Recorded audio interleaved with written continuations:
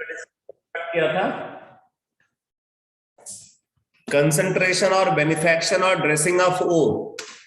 इसमें चार मेथड, मतलब जो है वैसे तो मैंने दो क्लासिफिकेशन बताया, एक फिजिकल मेथड है और दूसरा केमिकल मेथड।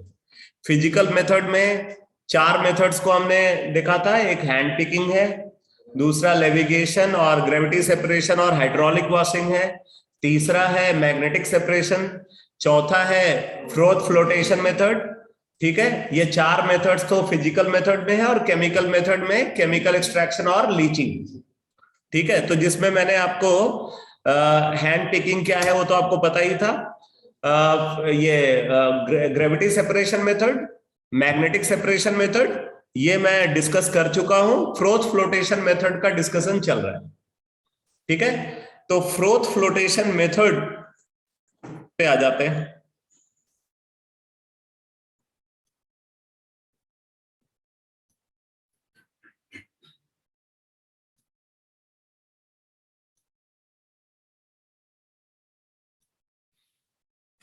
देखो, फ्रोथ फ्लोटेशन मेथड में क्या है। सबसे पहले, वैसे तो ये सारी बात मैं बता भी चुका हूं आपको। This method is based on the difference in wetting characteristic of the gangue and the ore particle. ठीक है, गैंग पार्टिकल और ओर पार्टिकल की जो वेटिंग कैरेक्टरिस्टिक है उसमें डिफरेंस है। एक वाटर के थ्रू वेट होता है और दूसरा ऑयल के थ्रू वेट होता है। ठीक है, ओर जो है वो ऑयल के थ्रू वेट होता है और गैंग जो है वो वाटर के थ्रू वेट होता है। तो यहां पे बोल रहा है कि ये this method is based on the difference in wetting characteristic of the gangue and the ore particle. ठीक है, with water and oil, it means one of them is hydrophobic while other is hydrophilic. ठीक है, उनमें से एक hydrophobic है और एक हाइड्रोफिलिक है। आगे बोल रहा है कि gangue particle is preferentially wetted by water. जो गैंग पार्टिकल है वो किससे वेटेड होता है, वाटर से, whereas the ore particle is wetted by oil. ठीक है, इन दिस मेथड, अब आगे इसकी मैकेनिज्म, मतलब पूरा प्रोसेस का डिटेल जो है बता रहे हैं। ठीक है, अब प्रोसेस का डिटेल क्या है उसको देखो। तो बोल रहा है कि द क्रस्ट ओर, ठीक है, जो ओर हमने क्रस्ट करके जो मिला है, पाउडर्ड ओर जो हमें मिला है, the crushed ore is mixed with water. उसको वाटर के साथ मिक्स किया टू फॉर्म अ स्लरी। ठीक है, which is taken in a flotation cell. ये जो पूरा जो इक्विपमेंट है इसी को फ्लोटेशन सेल बोलते हैं। तो फ्लोटेशन सेल में उसको कंसिडर किया। फिर बोले different additives are added depending upon the nature of ore के नेचर के बेसिस पे वहां पे हम अलग अलग टाइप के एडिटिव्स को ऐड करते हैं। फिर बोला अ current of air is blown under pressure. अब देखो यहाँ पे ये जो ये रोटर जो है, रोटर में ये हॉलो पाइप होती है। ठीक है, इसी से एयर को ब्लो कर रहे हैं। ठीक है, कंप्रेस्ड एयर जो है इसके अंदर ला रहे हैं। तो बोल रहा है कि different additives are added depending upon the nature of ore. A current of air is blown under pressure. As a result air is broken into tiny bubbles. ठीक है, तो उससे बबल्स फॉर्मेशन होते हैं which are distributed throughout the volume of the bulk. वो जो bubbles है पूरे बल्क में डिस्ट्रीब्यूट होते हैं। ठीक है, tiny bubbles attach themselves to solid ore particle. अब ये बबल्स जो है अपने साथ ओर पार्टिकल को स्टिक कराते हैं। ठीक है, जो ओर पार्टिकल है वो उन बबल्स के साथ स्टिक कर जाता है क्योंकि वो बबल जो फॉर्म हुए उसमें ऑयल इन्वॉल्व है। क्लियर भाई? ऑब्वियसली ऑयल का सरफेस टेंशन कम होगा ना, वाटर का सरफेस टेंशन ज्यादा होगा, इसलिए जो है बबल फॉर्मेशन में ऑयल इन्वॉल्व होगा।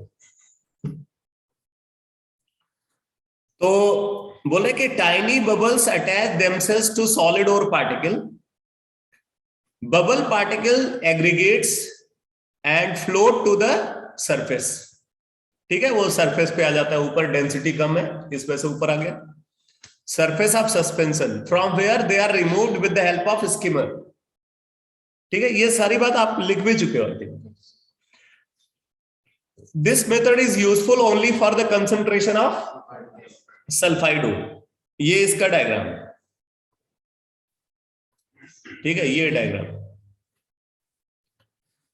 अब आगे देखो, बोल रहे हैं कि in froth flotation process following additives are used. ठीक है, एक फ्रोथस को हम यहां पे यूज करते हैं। अब फ्रोथस क्या होते हैं, बोल रहे हैं कि they increase the froth stability. ये क्या करते हैं, फ्रोथ की स्टेबिलिटी को बढ़ाते हैं। ठीक है, they increase the froth stability and reduce surface tension. Froth की स्टेबिलिटी को बढ़ाते हैं और सरफेस टेंशन को रिड्यूस करते हैं। अब यही पूछा जाता है, फ्रोथस का क्या एक्शन है, फ्रोथर की क्या वर्किंग है। बोल रहा है कि ये फ्रोथ की स्टेबिलिटी को बढ़ाते हैं और सरफेस टेंशन को रिड्यूस करते हैं। ठीक है, अब फ्रोथस कौन है, बोल रहा है पाइन ऑयल है, यूकेलिप्टस ऑयल है, ये फ्रोथस के फॉर्म में यूज किया जाता है। ठीक है, पाइन ऑयल, यूकेलिप्टस ऑयल को फ्रोथस के फॉर्म में यूज करते हैं। ये क्लियर हो गया फ्रोथस का डिस्कशन। ठीक है, अब उसके बाद देखो नेक्स्ट टर्म है कलेक्टर्स। कलेक्टर्स क्या है, बोला दे attach themselves through a polar group. They attach themselves through a polar group with the ore particle and form a water repelling film। क्या बना लेते हैं, ये वाटर रिपेलिंग फिल्म बना लेते हैं on those minerals due to which these minerals attach with air bubbled and go to the froth। ठीक है, तो जो कलेक्टर्स होते हैं, कलेक्टर्स पोलर ग्रुप के थ्रू अटैच होते हैं। मतलब दे attach themselves through a polar group, मतलब इनके अंदर एक पोलर ग्रुप होता है, उसके थ्रू ये अटैच होता है। ठीक है, विथ द ओर पार्टिकल।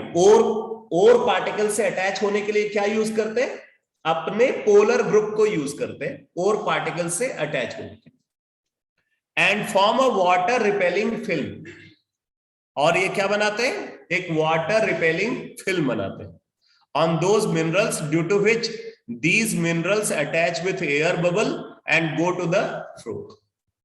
तो एक तरीके से क्या है कि जो ओर पार्टिकल है, ओर पार्टिकल को ये कलेक्ट कर रहे हैं, बल्क में ओर पार्टिकल है, तो उस ओर पार्टिकल को ये लेकर के आ रहे हैं कहां तक, फ्रोथ तक, मतलब उस बबल तक लेकर के आ रहे हैं, और फिर उसके बाद वो बबल से आकर के ओर पार्टिकल स्टिक कर जाते हैं। तो बल्क से ओर पार्टिकल को बबल तक लाने का काम किसका है, कलेक्टर।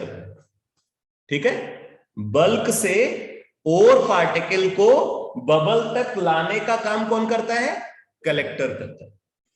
कैसे करता है, कलेक्टर के अंदर जो है एक पोलर एंड है, वो पोलर एंड जो है ओर को अपने साथ अटैच करता है और फिर उसको वहां से लेकर के कहां तक आता है, उस बबल तक आता है, बाद में वो बबल से जाकर के स्टिक कर जाता है। अब यहां पे देखो लिखा हुआ है नोट में, collectors will attach themselves only with minerals with definite chemical composition and lattice structure. थोड़ा सा डिटेल की बात, ठीक है, अब इस लेवल पे तो एनसीईआरटी में गई नहीं। तो यहां पे बोल रहा है कि ये कलेक्टर क्या करता है, collectors will attach themselves with minerals with definite chemical composition. ठीक है, एक पर्टिकुलर केमिकल कंपोजिशन के जो ओर है या जो मिनरल्स है, उन्हीं मिनरल्स के साथ कलेक्टर अटैच हो सकता है, ऐसा नहीं कि किसी के साथ भी अटैच हो जाएगा। तो उसके लिए वैसे सुटेबल होता है सल्फाइड ओर। ठीक है, और साथ में ये भी बोल रहे हैं कि केमिकल कंपोजिशन डेफिनेट होना चाहिए और लैटिस स्ट्रक्चर भी डेफिनेट होना चाहिए। ठीक है, केमिकल कंपोजिशन भी डेफिनेट होना चाहिए और उसका लैटिस स्ट्रक्चर भी डेफिनेट होना चाहिए। फॉर एग्जाम्पल सोडियम इथाइल जैंथेट, ये एक कलेक्टर है। अब जैंथेट तो आप जानते ही हो, पायरोलिसिस ऑफ जैंथेट पढ़ा है आपने। ठीक है, तो सोडियम इथाइल जैंथेट ये क्या है, कलेक्टर है। इसी तरीके से सोडियम लॉरेल सल्फेट, ये क्या है? कलेक्टर है। अब ये एग्जाम्पल आपको याद होना चाहिए, sodium ethyl xanthate, sodium lauryl sulphate, ठीक है, सिटाइल ट्राइमिथाइल अमोनियम ब्रोमाइड। अब मैं आपको एक चीज बता दूं, ये जो कलेक्टर होते हैं ना, collector basically surface active agent होते हैं। क्या होते हैं? सरफेस केमिस्ट्री में पढ़ा है। जो सरफेस एक्टिव एजेंट यानी कि सर्फेक्टेंट होते हैं, सर्फेक्टेंट में क्या होता है? हाइड्रोफोबिक पार्ट भी होता है, हाइड्रोफिलिक पार्ट भी होता है, ठीक है। मतलब वो ये जैसे नॉन पोलर ग्रुप है तो उसके साथ भी इंटरैक्ट कर सकते हैं, पोलर ग्रुप है तो वो पोलर ग्रुप के साथ भी इंटरैक्ट कर सकते हैं। तो आप ये याद रखना कि जो कलेक्टर्स होंगे वो हमेशा क्या होंगे? सरफेस एक्टिव एजेंट्स होंगे, ठीक है। Collectors are always surface active agents, ठीक है। तो एग्जाम्पल क्या है? Sodium ethyl xanthate, sodium lauryl sulphate, cetyl trimethyl ammonium bromide, ठीक है। तो ये जो है, अब ये लॉरेल सल्फेट जो है, तो अब अगर आप इसको देखो तो ये क्या है? एक सल्फोनिक एसिड का सॉल्ट है। ये क्या है? सल्फोनिक एसिड का सॉल्ट, सोडियम लॉरेल सल्फेट। और ये क्या है? ये अमोनियम सॉल्ट है। आपको याद हो तो मैंने बताया था कि जो सर्फेक्टेंट होते हैं ना, 3 टाइप के होते हैं, cationic, anionic and neutral. Cationic surfactant, anionic surfactant and neutral surfactant. Cationic surfactant में हमेशा अमोनियम सॉल्ट को कंसीडर किया जाता है। ये तीसरा वाला जो है ना, ये अमोनियम सॉल्ट, ये कैटायनिक सर्फेक्टेंट। बाकी ये जो दोनों है, ये क्या है? Anionic surfactant. क्लियर? तो फ्रोथस, कलेक्टर्स, ये सबसे इंपॉर्टेंट डिस्कशन चल रहा है फ्रोथ फ्लोटेशन प्रोसेस का। मैक्सिमम क्वेश्चन आप देखोगे कॉम्पिटिटिव एग्जाम में जो पूछे गए हैं वो यहीं से पूछे गए, और बड़े थोड़ा कंफ्यूजिंग भी है, इसलिए अच्छे से समझ करके चलना, ठीक है। फ्रोथर का क्या काम होता है? फ्रोथर फ्रोथ को स्टेबलाइज करता है और सरफेस टेंशन को रिड्यूस करता है। क्लियर? कलेक्टर का क्या काम होता है? ओर को बल्क से बबल तक खींच करके लाता है, ठीक है। ओर को बल्क से बबल तक खींच करके लाता है, और फिर आगे वो बबल के साथ जुड़ते जाते हैं और पार्टिकल, और फिर फ्रोथ जो है वो ऊपर चला गया क्योंकि उसकी डेंसिटी कम है ऑयल इन्वॉल्व होने की वजह से। अब देखो बात आती है एक्टिवेटर्स की, ठीक है। एक्टिवेटर्स, एक्टिवेटर्स क्या होते हैं? बोल रहा है कि these are the substances which is added to help the collector, ठीक है। These are the substances which is added to help the collector, ये कलेक्टर को हेल्प करने के लिए प्रेजेंट होता है, ठीक है। So that it gets attached with the ore particle and hence they improve the floating characteristic of the ore. तो एक्टिवेटर का काम क्या होता है? एक्टिवेटर वो सब्सटेंस होता है जो ओर की फ्लोटिंग कैरेक्टरिस्टिक को बढ़ाता है, मतलब ओर को सेटल नहीं होने देता, ठीक। ओर को एक तरीके से आप बोल सकते हैं कि ओर का एक कोलाइडल सॉल्यूशन होगा, उस कोलाइडल सॉल्यूशन को स्टेबलाइज करने में हेल्प करता है एक्टिवेटर, ठीक है। तो एक्टिवेटर्स क्या है? These are the substances which is added to help the collector so that it gets attached with the ore particle and hence they improve the floating characteristic of the ore. जैसे example में देखो बता रहे हैं, copper sulphate when added to zinc sulphide form a coating at copper sulphide on the zinc sulphide surface. तो बोल रहा है कि अगर जिंक सल्फाइड ओर है तो जिंक सल्फाइड ओर की फ्लोटिंग कैरेक्टरिस्टिक को बढ़ाने के लिए वहां पे कॉपर सल्फेट को ऐड किया जाता है। ये कॉपर सल्फेट क्या करता है? जिंक सल्फाइड के ऊपर कॉपर सल्फाइड की कोटिंग कर देता है, ZnS के ऊपर CuS की कोटिंग कर देता है, डिकम्पोज होकर के ये CuS बनाता है और वो CuS जो है डिपॉजिट हो जाता है जिंक सल्फाइड के ऊपर। इससे क्या होता है? जिंक सल्फाइड की फ्लोटिंग कैरेक्टरिस्टिक बढ़ जाती है। फ्लोटिंग कैरेक्टरिस्टिक मतलब उसका हाइड्रोफोबिक कैरेक्टर बढ़ जाता है। समझ आया? तो copper sulphate when added to zinc sulphide form a coating at CuS, coating of CuS on the zinc sulfide surface. तो एक्टिवेटर का क्या काम होता है? एक्टिवेटर ओर की फ्लोटिंग कैरेक्टरिस्टिक को बढ़ाने के लिए यूज होता है, जिससे कि ओर आसानी से फ्रोथ फॉर्मेशन में इन्वॉल्व हो। ठीक है,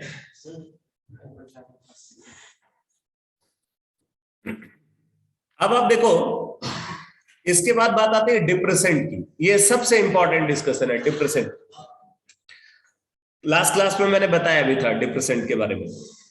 बोला depressant are substances which are added to suppress the floating characteristic of the ore particle. ठीक है, आप बोल सकते हो ओर पार्टिकल या ओर पार्टिकल के साथ जो इंप्योरिटी प्रेजेंट है। जैसे आप चाहते हो कि भाई ओर तो फ्रोथ फॉर्मेशन में इन्वॉल्व हो बट इंप्योरिटी ना इन्वॉल्व हो। जैसे मैंने आपको बताया था कि ZnS है और PbS है। ठीक है, ZnS और PbS है, दोनों सल्फाइड है, तो सल्फाइड है तो ऑब्वियसली दोनों फ्रोथ फॉर्मेशन में इन्वॉल्व होंगे। हम चाहते हैं कि PbS इन्वॉल्व हो बट ZnS ना इन्वॉल्व हो, तो इसके लिए हम क्या करते हैं, ZnS को सॉल्युबल फॉर्म में कन्वर्ट कर देते हैं, वाटर सॉल्युबल फॉर्म में कन्वर्ट कर देते हैं। उसके लिए हम क्या ऐड करते हैं, डिप्रेसेंट ऐड करते हैं। वो डिप्रेसेंट क्या करता है, जिंक सल्फाइड के साथ कंबाइन कर रिएक्ट कर जाता है और रिएक्ट करके उसको एक ऐसे फॉर्म में कन्वर्ट कर देता है जो वाटर में सॉल्युबल है। तो इस वजह से जिंक सल्फाइड जो है फिर फ्रोथ के साथ फ्रोथ फॉर्म में नहीं प्रेजेंट होगा। ठीक है, तो वही बात यहां पे बोली जा रही है, depressants are substances which are added to suppress the floating characteristic of the ore particle. For example PbS has impurity of ZnS। Galena के अंदर जिंक ब्लेंड की इंप्योरिटी होती, PbS के अंदर ZnS की इंप्योरिटी है, एंड बोथ क्या लिखा हुआ है, have almost equal capability to absorb collectors। दोनों की इक्वल कैपेबिलिटी है कलेक्टर को कलेक्टर पे एडजॉर्ब होने की, एब्जॉर्ब नहीं एडजॉर्ब, कलेक्टर सरफेस पे एडजॉर्ब होने की जो कैरेक्टरिस्टिक है वो दोनों की लगभग बराबर है। Therefore sodium cyanide or potassium cyanide is added which acts as a depressant of for ZnS, which acts as depressant for ZnS। ठीक है, by forming a layer of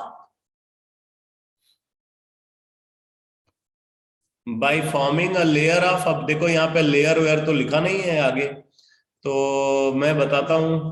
हाँ जो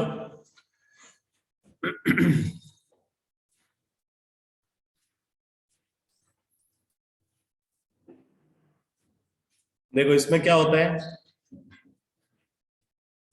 ZnS को हमने कंसिडर किया। ठीक है, ये ZnS अगर मान लो हमने NaCN को साथ में यूज किया, तो NaCN के साथ ये कंबाइन करके बना लेता है Na2ZnCN4, ये कॉम्प्लेक्स बना लेता है। Na2ZnCN4 प्लस Na2S,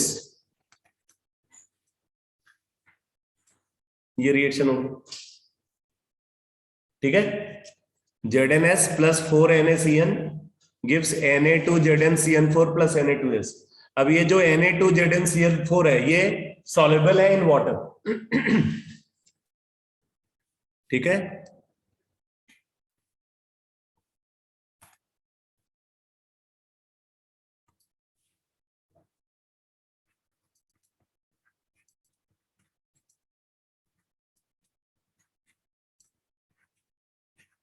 ये वाटर सॉल्युबल है।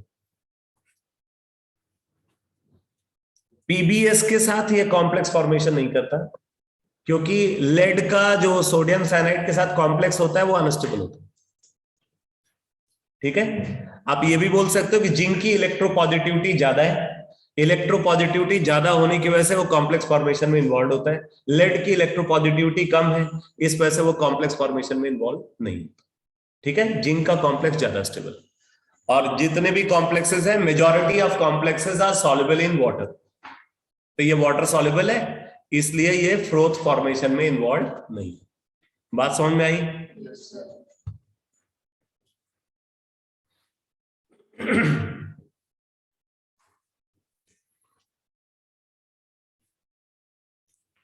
अब जैसे देखो यहाँ पे बोल रहा है कि वुल्फेनाइट विच, अच्छा ये तो वही क्वेश्चन है जो मैंने लास्ट क्लास में कराया था, ठीक है। ये वही क्वेश्चन है, नीचे वाला क्वेश्चन भी मैंने लास्ट क्लास में कराया था। Sapphire is a mineral of aluminium, cinnabar is an ore containing, ये सब वही क्वेश्चन है, ठीक है। Which are the following statements is are correct, ये भी क्लास में डिस्कस हो चुका है, ठीक है। फिर क्या है, विच इज इनकरेक्ट, ठीक है, विच इज इनकरेक्ट। अब इसमें बोला tin stone is magnetic in nature, तो कल की क्लास में बताया था मैंने SnO2 जो है उसमें टिन +4 ऑक्सीडेशन स्टेट है, उसके पास कोई अनपेयर्ड इलेक्ट्रॉन नहीं है, डायमैग्नेटिक, तो ये गलत हो जाएगा स्टेटमेंट, ठीक है। इनकरेक्ट आपसे पूछा जा रहा है, विच इज इनकरेक्ट, तो ये तो इनकरेक्ट है, ठीक है।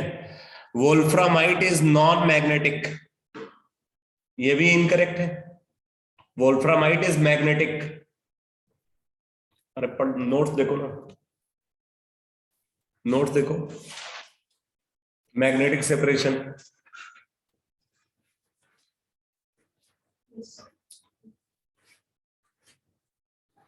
वोल्फ्रामाइट मैग्नेटिक होता है, उसके अंदर टिन स्टोन जो है इंप्योरिटी के फॉर्म में प्रेजेंट होता है, ये नॉन मैग्नेटिक होता है। फिर अगले ऑप्शन में क्या बोल रहा है, वोल्फ्रामाइट इज FeWO4.MnWO4, ये तो सही है। कैजिटराइट एंड ड्यूटाइल आर सल्फाइड ओर्स, गलत, कैजिटराइट ऑक्साइड ओर होता है, ड्यूटाइल भी ऑक्साइड ओर होता है, तो ये गलत हो गया। तो इनकरेक्ट स्टेटमेंट क्या हो गया फिर, A, B और D, ठीक है, A, B, D ये इनकरेक्ट है।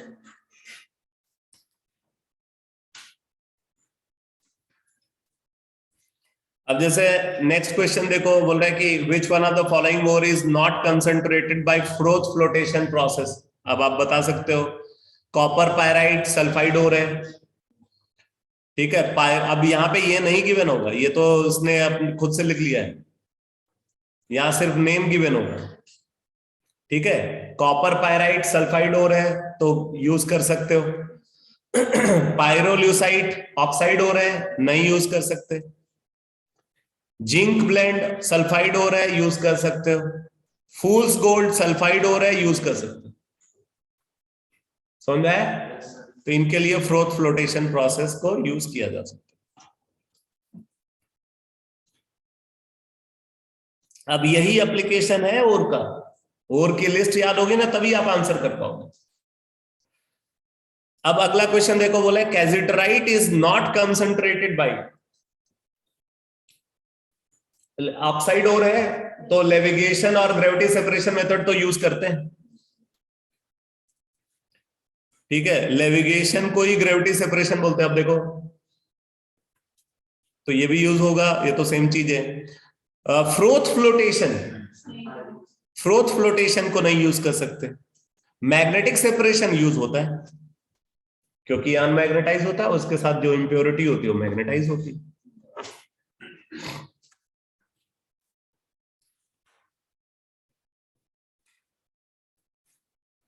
तो आपका फिजिकल मेथड जो है, physical method of concentration finish हो गया। अब बात आती है केमिकल मेथड ऑफ कंसंट्रेशन की। तो इसमें केमिकल एक्सट्रैक्शन और लीचिंग को कंसिडर करें, केमिकल एक्सट्रैक्शन और लीचिंग।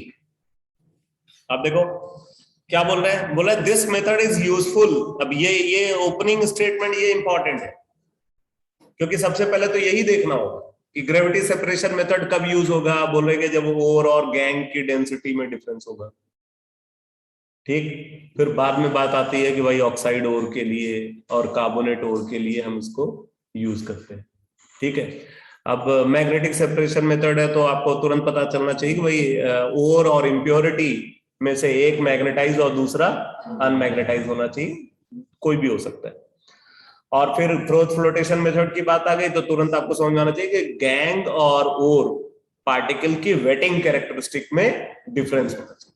ठीक है, अब ऐसे ही केमिकल एक्सट्रैक्शन में क्या है, बोला this method is useful in those cases where ore is soluble. ठीक है, वेयर ओर इज सॉल्युबल, अब ये बहुत इंपॉर्टेंट लाइन है, ore is soluble in a suitable solvent.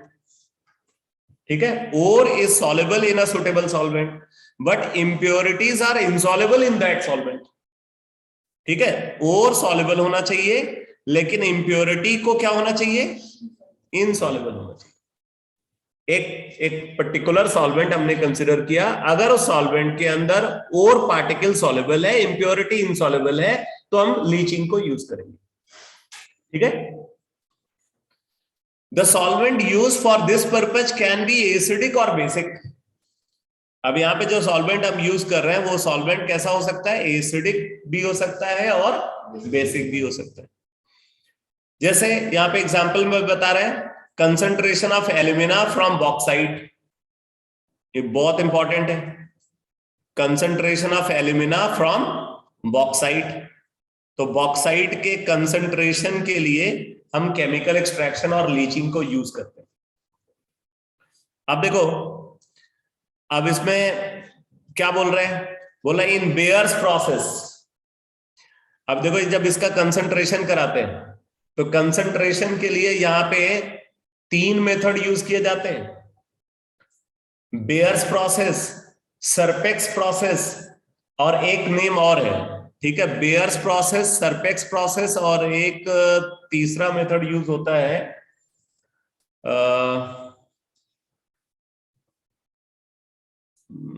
तीसरा नेम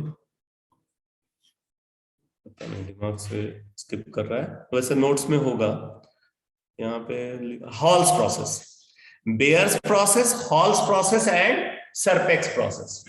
अगर हम बॉक्साइट का कंसंट्रेशन करते हैं ना, तो बॉक्साइट के कंसंट्रेशन के लिए 3 मेथड यूज किए जाते हैं, Baeyer's process, Hall's process and Serpeck's process. अब बॉक्साइट में भी ना अलग अलग टाइप के बॉक्साइट होते हैं, जैसे रेड बॉक्साइट होता है, ग्रे बॉक्साइट होता है। ठीक है, रेड बॉक्साइट होता है, ग्रे बॉक्साइट होता है। रेड बॉक्साइट किसको बोलते हैं, जिसमें हेमेटाइट इंप्योरिटी के फॉर्म में प्रेजेंट होता है, Fe2O3 रेड कलर का ऑक्साइड होता है, आयरन रस्ट, रेड और ब्राउन कलर। ठीक है, तो अगर बॉक्साइट के अंदर Fe2O3 इंप्योरिटी के फॉर्म में प्रेजेंट है तो उसको क्या बोलते हैं, रेड बॉक्साइट बोलते हैं। और अगर बॉक्साइट के अंदर सिलिका इंप्योरिटी के फॉर्म में प्रेजेंट है तो उसको ग्रे बॉक्साइट बोलते हैं।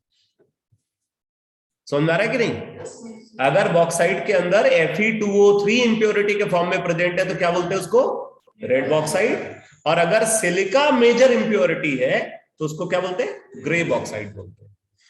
तो इनमें से 2 प्रोसेसेस रेड बॉक्साइट के लिए सुटेबल होता है, एक ग्रे बॉक्साइट के लिए सुटेबल होता है। तो अब आप जरा देखो इसका डिटेल यहां पे क्या गिवन है, बोला in Baeyer's process pure alumina is obtained from the bauxite ore. ये डिस्कशन एनसीईआरटी में भी गिवन है, ये जो मैं बता रहा हूं आपको। In Baeyer's process pure alumina is obtained from the bauxite ore by heating the powdered ore with a concentrated solution of sodium hydroxide. ठीक है, with a concentrated solution of sodium hydroxide where alumina is soluble leaving behind the impurities. अब जैसे देखो alumina, alumina क्या है, amphoteric oxide है, क्या है, अगर इसके अंदर सिलिका होगा तो एसिडिक ऑक्साइड है, और अगर Fe2O3 तो बेसिक ऑक्साइड है। बात समझ में आई, एल्यूमिना है, सिलिका है, Fe2O3 है। अब इसमें क्या होगा, एल्यूमिना एम्फोट्रिक है, तो एम्फोट्रिक जो सब्सटेंसेस होते हैं, एम्फोट्रिक ऑक्साइड, वो एसिड और बेस दोनों से रिएक्ट करते हैं। तो जो एल्यूमिना होगा वो सोडियम हाइड्रोक्साइड से रिएक्ट करेगा, सोडियम हाइड्रोक्साइड से रिएक्ट करके वो बनाता है सोडियम मेटा एल्यूमिनेट।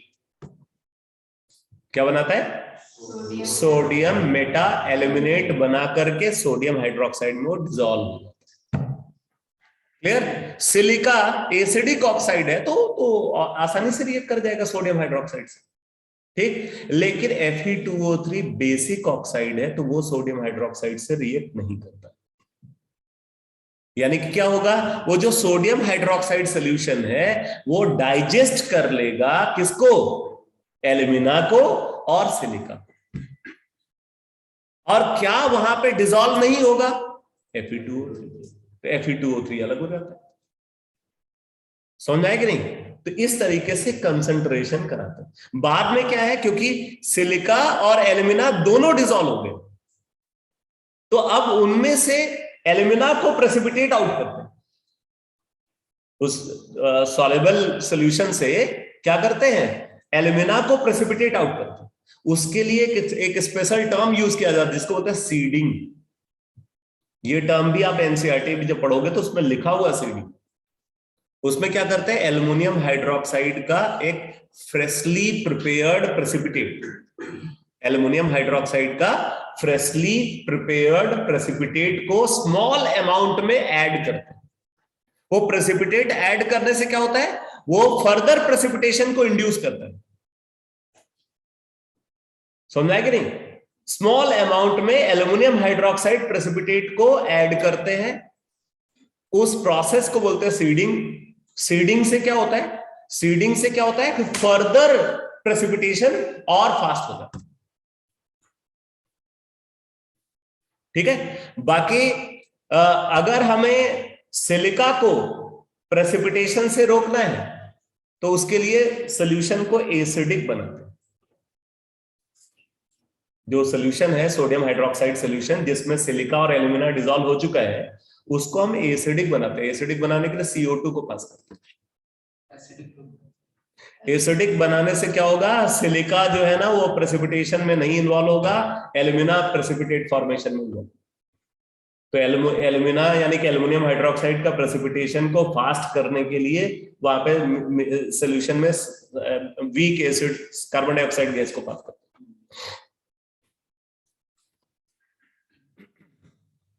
अब जैसे देखो यहाँ पे नोट में देखो लिखा हुआ है रेड बॉक्साइट क्या है, Fe2O3 जो है अगर इंप्योरिटी के फॉर्म में प्रेजेंट है तो उसको रेड बॉक्साइट बोलते हैं। और ग्रे बॉक्साइट में क्या है, सिलिका इंप्योरिटी के फॉर्म में प्रेजेंट है, ठीक है।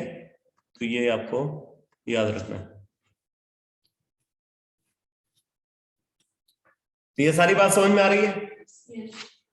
तो बोल रहे हैं in Baeyer's process pure alumina is obtained from the bauxite ore by treating the powdered ore with a concentrated solution of sodium hydroxide where alumina is soluble leaving behind the impurities, ठीक है। Bayer's process is suitable only for the concentration of red bauxite, बहुत important है।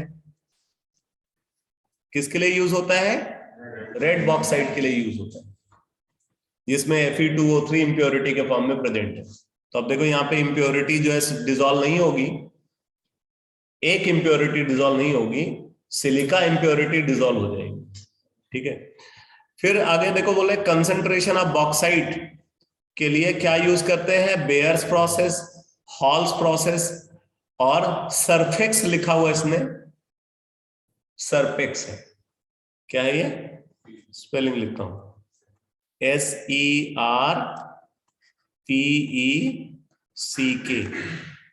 Surface process.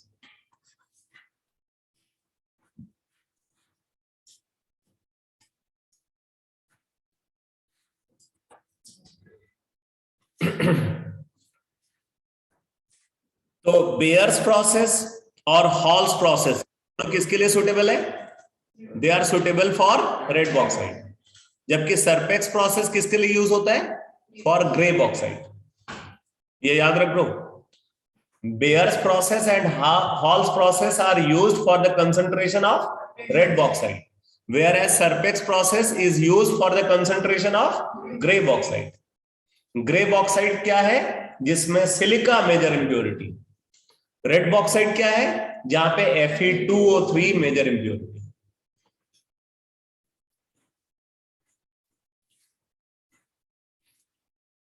अब यहां पे देखो bears process और Hall's process में क्या डिफरेंस है। बोला बेयर्स प्रोसेस में सोडियम हाइड्रोक्साइड को एज अ सॉल्वेंट यूज कर रहे हैं, जबकि हॉल्स प्रोसेस में सोडियम कार्बोनेट सोल्यूशन को यूज किया जाता है। ठीक है, बेस तो ये भी है, बेस ये भी है। तो बेयर्स प्रोसेस में सोडियम हाइड्रोक्साइड को एज अ सॉल्वेंट यूज करते हैं, हॉल्स प्रोसेस में सोडियम कार्बोनेट को एज अ सॉल्वेंट यूज करते हैं। छोटी छोटी बातें याद रख सकते हो। ठीक है, अब देखो आगे क्या बोला गया।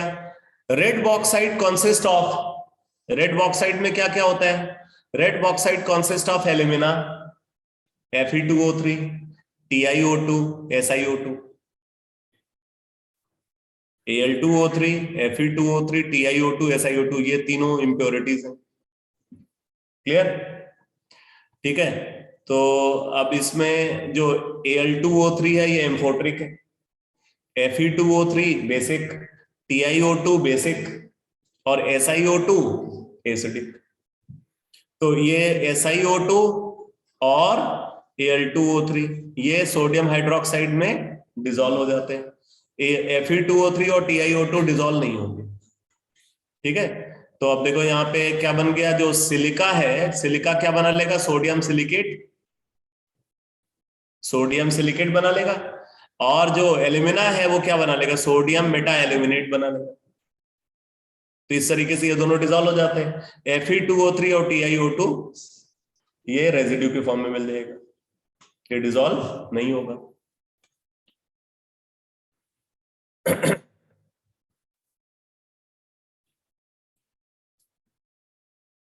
अब जैसे देखो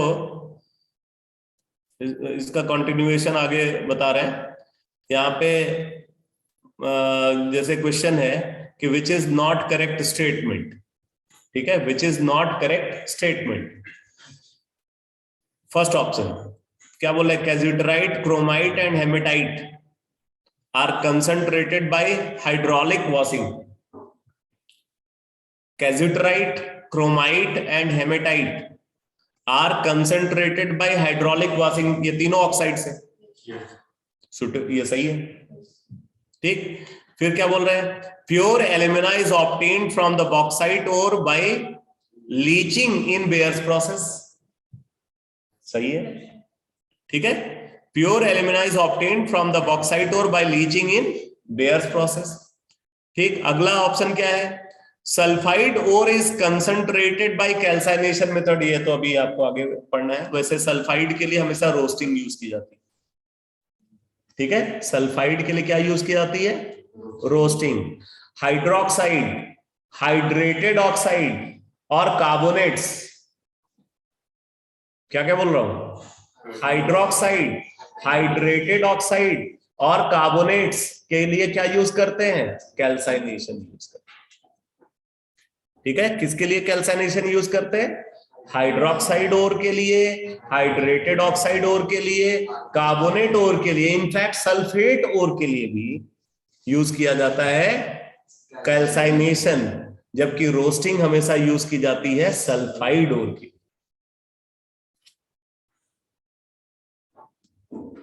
अब आप देखो फिर से, आपको अगर ओर का नेम नहीं पता है, ओर का फॉर्मूला नहीं पता, तो फिर आप कैल्साइनेशन कहां यूज होगा, रोस्टिंग कहां यूज होगा, क्या कर पाओगे, कुछ नहीं कर पाओगे। तो ना तो आपको कंसंट्रेशन मेथड का आप आंसर कर पाओगे, ना आप जो है ये डिसाइड कर पाओगे कि वहां पे कैल्साइनेशन यूज होगा ना रोस्टिंग यूज होगा, और फिर आगे के प्रोसेसेस तो ऑब्वियस सी बात है कि उनको भी आप आंसर नहीं कर पाओगे। इसलिए ओर की लिस्ट तो पूरी प्रिपेयर्ड होनी चाहिए। तो sulphide ore is concentrated by calcination method, incorrect.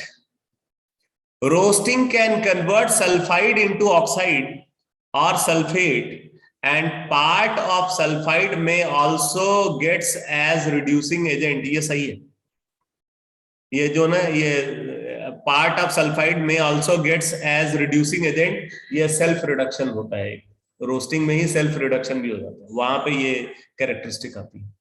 तो इसका मतलब सही स्टेटमेंट की बात करें तो आपसे पूछा गया कि correct statement, not correct statement, तो ये वाला तो इनकरेक्ट मतलब करेक्ट है, तो ये नहीं होगा। ये pure alumina is obtained from the bauxite ore by leaching in Bayer process, ये भी यहाँ पे करेक्ट स्टेटमेंट इसलिए नहीं होगा। Sulphide ore is concentrated by calcination method जो है ये इनकरेक्ट स्टेटमेंट है, ये सही होगा, ठीक है। और ये वाला करेक्ट स्टेटमेंट है तो ये नहीं होगा, तो आंसर है क्या, सी।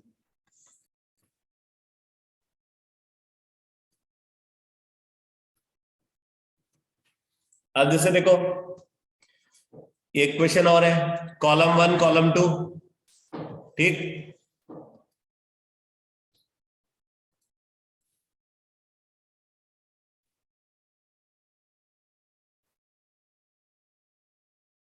अब देखो यहाँ पे क्या है, कॉलम 1 में और कॉलम 2 में फॉर्मूला रिलेट करना है। चैल्कोपाइराइट CuFeS2, ठीक है, CuFeS2, क्यूप्राइट Cu2O, अटैकामाइट Cu2, मतलब इसको आप बोल सकते हो CuOH ट्वाइस डॉट CuOHCl, इसको आप इसे भी लिख सकते हो ना, CuOH ट्वाइस डॉट CuOHCl, दोनों में कॉपर की ऑक्सीडेशन स्टेट +2 है, सुना है। तो अटैकामाइट क्या हो गया, अटैकामाइट हो गया ये, और मेलासाइट, ठीक है। तो ऐसे क्वेश्चन आते हैं। अब आगे देखो, अब ये रिफ्रैक्टरी मटेरियल और ये सब तो अभी आपको पता नहीं है, तो छोड़ दो, बाद में देखो।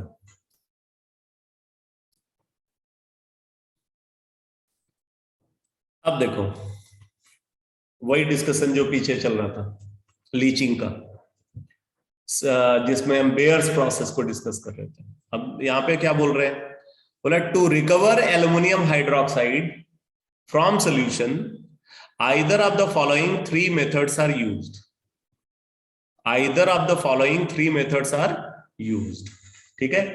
आपने देखा कि एल्यूमिना डिसॉल्व हो चुका है, अब उस एल्यूमिना को हम रिकवर करना चाहते हैं एल्युमिनियम हाइड्रोक्साइड के फॉर्म में, तो उसके लिए बोल रहा है कि इनमें से कोई तीन में से कोई एक यूज कर सकते हैं। क्या, adding large amount of water, ठीक है, adding large amount of water. तो इससे क्या होता है, इससे जो है उसका प्रेसिपिटेशन होता है, एल्युमिनियम हाइड्रोक्साइड का प्रेसिपिटेशन होता है, adding large amount of water. फिर क्या, seeding with freshly prepared aluminium hydroxide, अभी मैं बता रहा था इस बात को, ठीक है। Seeding with freshly prepared aluminium hydroxide, seeding क्या होती है, addition of small amount of freshly prepared precipitate in a concentrated solution is called seeding, ठीक है। Addition of small amount of freshly prepared precipitate in a concentrated solution is called seeding. मतलब एक solution है जो just saturation वाली condition में, just saturation वाली condition में, तो उसपे क्या करेगा, थोड़ा सा प्रेसिपिटेट ऐड कर दिया, तो उससे क्या हुआ, प्रेसिपिटेशन इंड्यूस हो गया, ठीक है, तो उससे फर्दर प्रेसिपिटेशन होने लगा। और नंबर 3 क्या बोल रहा है, passing CO2 gas, passing CO2 gas to make the solution acidic. इन तीनों के थ्रू हम क्या कर सकते हैं, एल्युमिनियम हाइड्रोक्साइड का प्रेसिपिटेशन कर सकते हैं, ठीक है।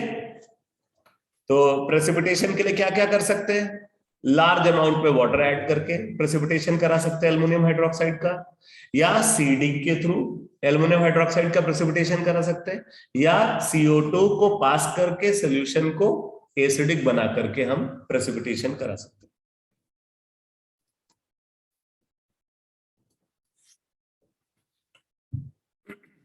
अब जैसे देखो इसमें ये बताया जा रहा है कि जैसे सोडियम मेटा एल्यूमिनेट है, CO2 पास किया, तो CO2 को पास करने पे यहाँ पे क्या बन गया, सोडियम कार्बोनेट बन गया और एल्यूमिनियम हाइड्रोक्साइड प्रेसिपिटेट आउट हो गया।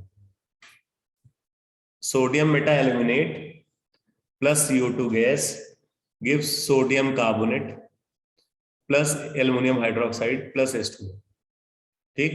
ये बैलेंस रिएक्शन नहीं है, लेकिन ये इसी तरीके से रिएक्शन प्रोसीड करेगी। और सोडियम सिलिकेट अगर है तो वहां पे CO2 और H2O को अगर हम कंसिडर कर रहे हैं तो क्या होगा, नो प्रेसिपिटेशन। इसमें क्या होगा, नो प्रेसिपिटेशन।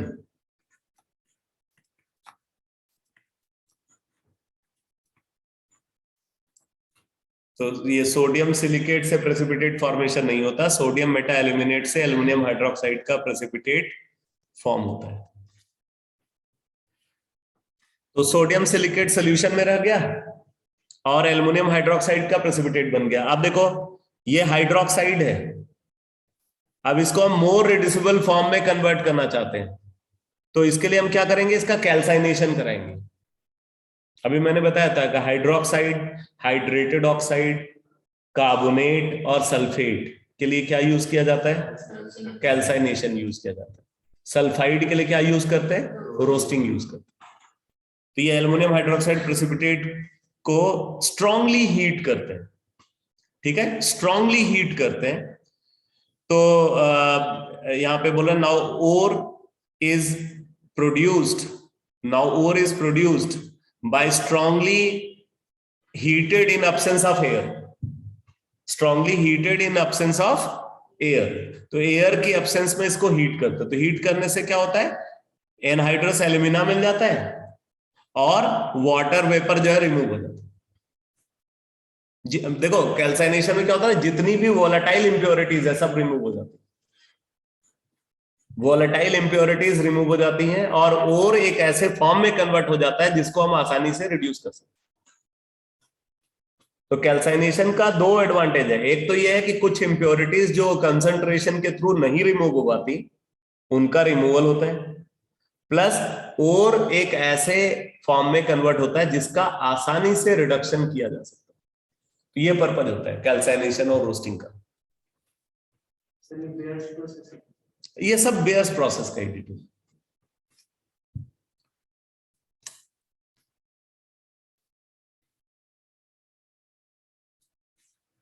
तो पहला एग्जांपल क्या था, कंसंट्रेशन ऑफ बॉक्साइट। उसके लिए हमने केमिकल एक्सट्रैक्शन और लीचिंग को यूज किया। यहाँ पे जो मेथड हमने कंसीडर किया उसको बेयर्स प्रोसेस बोलते हैं। ऐसे हॉल्स प्रोसेस को भी यूज करते हैं, उसमें सोडियम हाइड्रोक्साइड की जगह पे सोडियम कार्बोनेट यूज किया। अब आ जाता है सेकंड एग्जांपल। तो बोले इन the metallurgy of silver and gold, ठीक है, इन the metallurgy of silver and gold the respective metal or ore is क्या है, लीचिंग से ये टर्म है, leased with a solution of sodium cyanide और पोटेशियम साइनाइड। यहां पे लीचिंग के लिए क्या यूज कर रहे हैं, सोडियम साइनाइड और पोटेशियम साइनाइड। उधर हमने लीचिंग के लिए क्या यूज किया था, NaOH को यूज किया था बेयर्स प्रोसेस में, और Na2CO3 को यूज करते हैं हॉल्स प्रोसेस। तो in the metallurgy of silver and gold the respective metal और ore is leached with a solution of sodium cyanide और potassium cyanide in presence of air और oxygen, in presence of air और oxygen, from where the metal obtain, from where the metal is obtain. तो यहां से metal मिल जाता है, from where the metal is obtained later by displacement, this phenomena is called hydrometallurgy। इसको हम क्या बोलते हैं, हाइड्रोमेटलर्जी। अब ये डिस्प्लेसमेंट की जो बात कर रहे हैं इसका जरा डिटेल समझो। जैसे मान लो कि आपके पास सिल्वर ओर है, मान लो सिल्वर सल्फाइड है, ठीक है। अब सिल्वर सल्फाइड में हमने सोडियम साइनाइड ऐड कर दिया और ऑक्सीजन और एयर भी है। तो क्या होता है कि जो सोडियम साइनाइड है वो सिल्वर के साथ एक कॉम्प्लेक्स बना देता है, NaAgCN ट्वाइस, सोडियम डाइसायनो अर्जेंटेट 1, ये कॉम्प्लेक्स बन जाता है NaAgCN ट्वाइस, ठीक है। और जो सल्फर था वो सल्फर क्या होता है, ऑक्सीजन को यूज कर रहे हैं, ऑक्सीजन उसको ऑक्सीडाइज कर देता है और बाद में जो है वो मतलब जो सोडियम सॉल्ट के फॉर्म में रिमूव हो जाता है। जो सल्फर है वो ऑक्सीडाइज होकर के SO2 बन गया और बाद में वो जो है ये सोडियम सॉल्ट के फॉर्म में रिमूव हो जाता है। ठीक है, तो अब देखो यहां पे सिल्वर कहां आ गया, कॉम्प्लेक्स के अंदर आ गया। ठीक, सिल्वर एक लेस इलेक्ट्रोपॉजिटिव मेटल है, तो हम क्या करते हैं, एक मोर इलेक्ट्रोपॉजिटिव मेटल को ऐड करते हैं, पाउडर्ड जिंक को ऐड करते हैं। अब जिंक की इलेक्ट्रोपॉजिटिविटी ज्यादा है, तो जिंक क्या करता है, कॉम्प्लेक्स से सिल्वर को डिस्प्लेस कर देता है। ठीक है, आपको पता है ना कि more reactive metal less reactive metal को डिस्प्लेस कर सकते हैं, ठीक है, फ्रॉम इट्स सॉल्ट सॉल्यूशन। तो जिंक सिल्वर का कॉम्प्लेक्स था, उसमें हमने पाउडर जिंक को ऐड किया, तो जिंक ने क्या किया, सिल्वर को डिस्प्लेस कर दिया और खुद कॉम्प्लेक्स के अंदर आ गया। ठीक, तो इस तरीके से सिल्वर मिल जाता है। तो ये जो मेथड है ना, इसको बोलते हैं MacArthur Forrest cyanide process. ये पूरा मेथड क्या बोला जाता है, MacArthur Forrest cyanide process, या शॉर्ट फॉर्म में साइनाइड प्रोसेस बोलते हैं। साइनाइड प्रोसेस हमेशा सिल्वर और गोल्ड के एक्सट्रैक्शन के लिए यूज होता है। यानी देखो नीचे नाम लिखा भी हुआ है, MacArthur Forrest cyanide process. ठीक है, MacArthur Forrest cyanide process, ये सिल्वर और गोल्ड के एक्सट्रैक्शन के लिए यूज होता है। और यहां पे लीचिंग हो रही है। अब ये लीचिंग से क्या हो रहा है, लीचिंग से सीधे कौन से स्टेप पे हम पहुंच जाते हैं, कंसंट्रेशन नहीं, कंसंट्रेशन भी हुआ है और कंसंट्रेशन के साथ साथ रिडक्शन भी हो गया। हम कहां पहुंच गए, क्रूड मेटल तक पहुंच गए। ठीक है, कहां पहुंच गए, क्रूड मेटल तक पहुंच गए। अब देखो यहां पे हमने यूज किया हाइड्रोमेटलर्जी। हाइड्रोमेटलर्जी का एक एडवांटेज ये होता है कि ये रूम टेम्परेचर पे की जाती है, परफॉर्म की जाती है। इससे फ्यूल कॉस्ट जो है खत्म हो जाता है, फ्यूल यूज नहीं करना पड़ता, ये सस्ता मेथड है।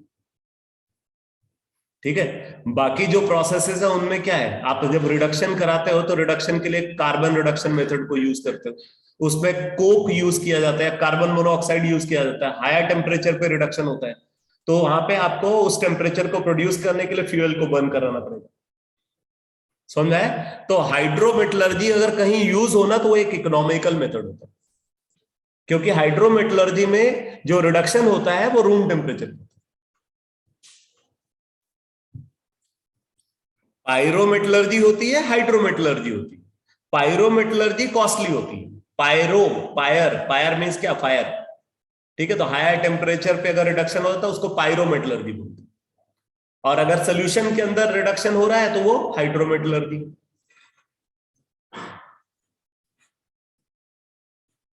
ये सब बातें फिर से रिपीट होंगी, मतलब अभी आप अपने दिमाग में रखो इसको। तो लीचिंग में कौन कौन से केसेस डिस्कस होते हैं, एक तो लीचिंग में हमने बॉक्साइट का कंसंट्रेशन के लिए लीचिंग यूज की। ठीक है, और वहां पे हम जो मेथड यूज कर रहे हैं वो क्या है, बेयर्स प्रोसेस है और हॉल्स प्रोसेस है। ये दोनों ही किसके लिए यूज किए जाते हैं, रेड बॉक्साइट के लिए। रेड बॉक्साइट कौन, जिसके अंदर Fe2O3 मेजर इंप्योरिटी, वो रेड बॉक्साइट है। ठीक, बाकी जो ग्रे बॉक्साइट होता है उसमें सिलिका मेजर इंप्योरिटी होती है, और उसके लिए हम यूज करते हैं सरफेक्स प्रोसेस। रट जाओ इसको ऐसे बोल बोल करके। ठीक, फिर उसके बाद जो है हमने अच्छा वहां पे जो बेयर प्रोसेस है उसमें लीचिंग एजेंट कौन है, NaOH, और हॉल्स प्रोसेस में लीचिंग एजेंट कौन है, Na2CO। फिर हमने सिल्वर और गोल्ड के एक्सट्रैक्शन के लिए यूज किया MacArthur Forrest cyanide process. ठीक, MacArthur Forrest cyanide process, इसमें लीचिंग एजेंट होता है सोडियम साइनाइड और पोटेशियम साइनाइड। ठीक है, उसके साथ हम ऑक्सीजन और एयर को भी यूज करते हैं। ये पूरी इसकी रिएक्शन है। जैसे Ag2S को यूज किया, साथ में सोडियम साइनाइड है, तो ये कॉम्प्लेक्स बन गया NaAgCN ट्वाइस, और साथ में क्या बन गया, Na2S। ठीक है, Na2S। वैसे Na2S जो है वो बेसिकली सल्फेट में कन्वर्ट हो जाता है। ठीक है, ये Na2S क्योंकि साथ में ऑक्सीजन और एयर को भी यूज करते हैं ना, तो वो इसको सोडियम सल्फेट में कन्वर्ट कर देता है। अच्छा, फिर क्या हुआ, ये NaAgCN ट्वाइस को पाउडर्ड जिंक से रिएक्ट कराया, तो जिंक ने क्या किया, सिल्वर को डिस्प्लेस कर दिया, तो ये कॉम्प्लेक्स बन गया Na2ZnCN4 प्लस सिल्वर। इसकी रिएक्शन भी कई बार पूछी गई है कॉम्पिटिटिव एग्जाम में, ये बहुत इंपॉर्टेंट है, ये MacArthur Forrest cyanide process, ठीक है, इसकी रिएक्शन पूछी गई है। इसमें ये जो कॉम्प्लेक्स बन रहा है, कॉम्प्लेक्स का फॉर्मूला पूछा गया है। अगर गोल्ड को यूज कर रहे हैं, भाई गोल्ड तो कंबाइंड फॉर्म में एग्जिस्ट करेगा नहीं, वो तो नेटिव ओर के फॉर्म में मिलेगा, ठीक है। तो गोल्ड है, ऑब्वियसली गोल्ड के साथ कुछ सिलिसियस इंप्योरिटीज होंगी, तो gold plus sodium cyanide plus water plus oxygen, तो इससे क्या हुआ, ये गोल्ड का कॉम्प्लेक्स बन गया NaAuCN ट्वाइस। अब उसके बाद जो है यहाँ पे पाउडर जिंक को ऐड किया, तो पाउडर जिंक ने गोल्ड को डिस्प्लेस कर दिया, ठीक है। तो इस तरीके से गोल्ड का कंसंट्रेशन हो जाता है, गोल्ड ओर का कंसंट्रेशन हो जाता है। ये क्लियर हो गया? तो केमिकल एक्सट्रैक्शन और लीचिंग को कब यूज करते हैं, जब एक सुटेबल सॉल्वेंट के अंदर और सॉल्युबल हो, इंप्योरिटी इनसॉल्युबल, तब हम केमिकल एक्सट्रैक्शन और लीचिंग यूज करते हैं। तो अब सारे कंसंट्रेशन मेथड की कंडीशन समझ में आ गई, ठीक है, याद है ना। ग्रेविटी सेपरेशन के लिए डिफरेंस इन डेंसिटी होनी चाहिए ओर और गैंग पार्टिकल में, नॉर्मली ओर जो है हैवी और गैंग लाइटर होता है, ठीक। और मैग्नेटिक सेपरेशन मेथड में ओर और गैंग में एक मैग्नेटाइज होना चाहिए, दूसरा अनमैग्नेटाइज होना चाहिए, ठीक। कोई भी हो सकता है, ओर पार्टिकल भी मैग्नेटाइज या अनमैग्नेटाइज हो सकता है, और इंप्योरिटी भी मैग्नेटाइज और अनमैग्नेटाइज हो सकती है। और फ्रोथ फ्लोटेशन मेथड में ओर और गैंग की वेटिंग कैरेक्टरिस्टिक में डिफरेंस होना चाहिए। और केमिकल एक्सट्रैक्शन और लीचिंग है, उसमें क्या है, ओर और इंप्योरिटी में से एक जो है एक पर्टिकुलर सॉल्वेंट में सॉल्युबल हो और दूसरा इनसॉल्युबल हो।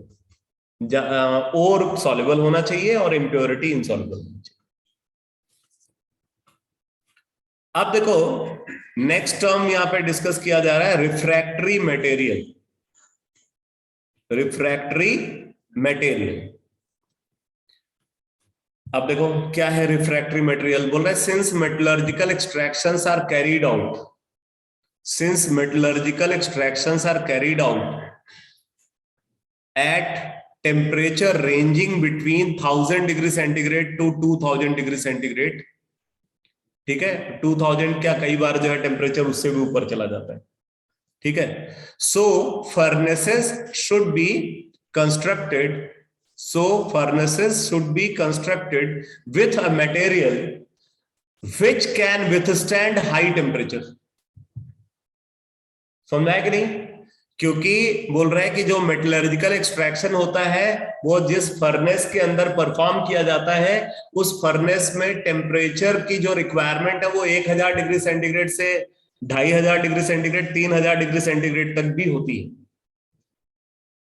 इसलिए वहां पे एक ऐसा मटेरियल होना चाहिए जो हाई टेम्परेचर को विथस्टैंड कर सके, नहीं पता चला कि फर्नेस ही एक्सप्लोड कर गया। समझा है कि नहीं? तो उसके लिए जो मटेरियल यूज कर रहे हैं वो रिफ्रैक्टरी मटेरियल होता है। अब आगे देखो, such materials are called refractory material. Clear हुआ? अब बोले दे डू नॉट मेल्ट और क्रम्बल। रिफ्रैक्टरी मटेरियल की क्या स्पेशलिटी है? इनका मेल्टिंग पॉइंट हाई है। दे डू नॉट मेल्ट और crumble into powdered form at high temperature, ठीक है। हाई टेम्परेचर पे भी ये मेल्ट नहीं होते और ये पाउडर्ड फॉर्म में कन्वर्ट नहीं होते। फिर बोला they are not affected by slags. ये स्लैग, स्लैग नाम तो सुना हो?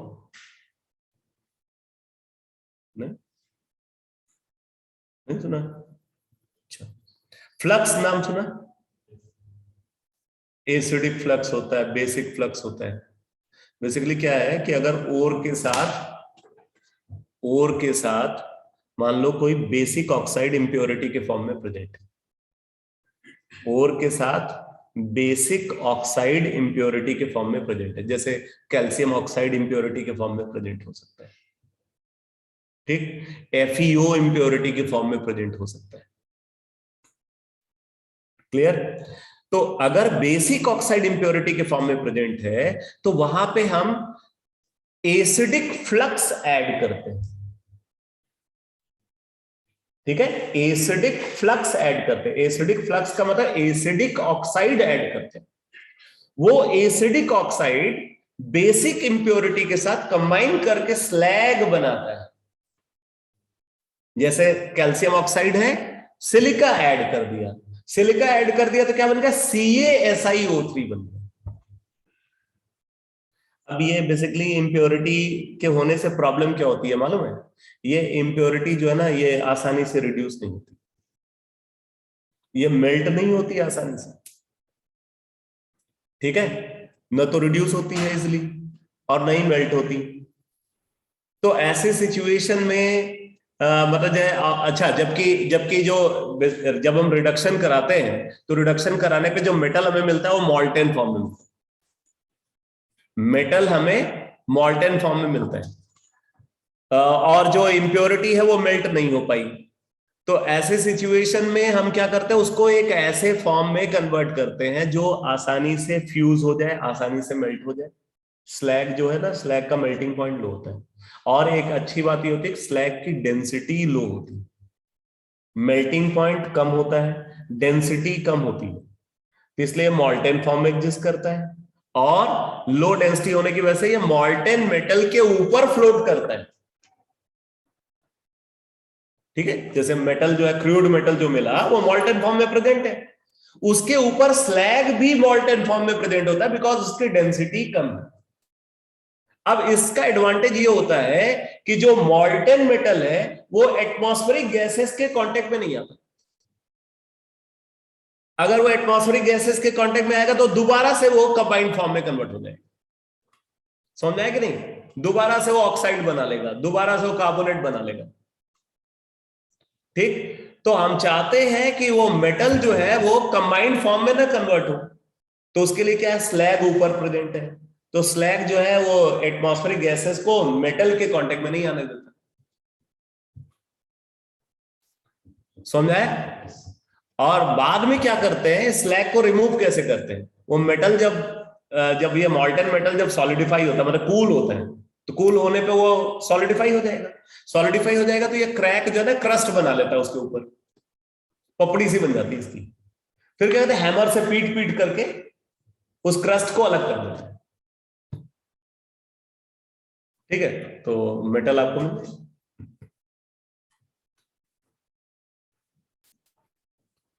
मतलब ये समझ लो ना, पूरा प्रोसेस को एकदम फील करके चलो, एकदम एक एक बात को समझ करके चलो, आपको दोबारा रिवाइज करने की जरूरत नहीं पड़ेगी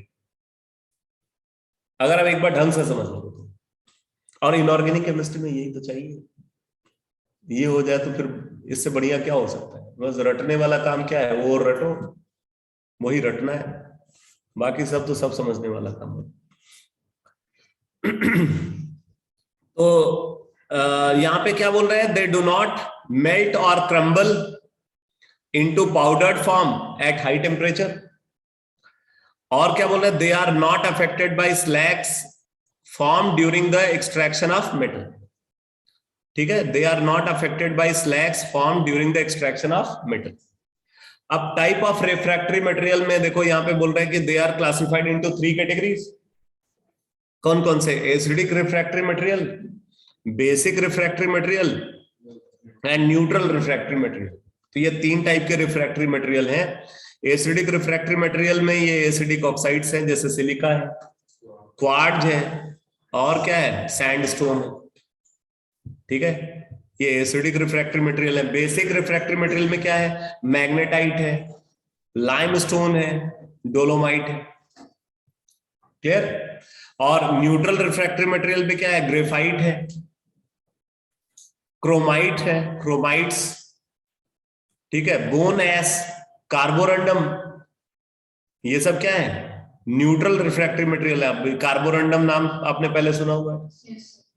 ठीक, तो आपको ये पता होना चाहिए कौन एसिडिक रिफ्रैक्टरी मटेरियल है, कौन बेसिक रिफ्रैक्टरी मटेरियल है, कौन न्यूट्रल रिफ्रैक्टरी मटेरियल। ठीक, अब इसके बाद आगे फर्नेसेस का डिस्कशन है, तो फर्नेसेस का डिस्कशन को नेक्स्ट क्लास में लेंगे। ठीक है, कल की क्लास में अच्छे से, अब यहां जो बैठे हो तुम लोग तो ठीक है भाई, काम कर रहे हो। जो लोग ऑनलाइन क्लास अटेंड कर रहे हैं उनके लिए मैं स्पेशली बोल रहा हूं कि आपको पूरा ओर की लिस्ट अच्छे से प्रिपेयर करनी है, और कल की क्लास में मैं पूछूंगा, मैं उम्मीद करता हूं कि कल आप अच्छा रिस्पांस दोगे। ठीक है बेटा,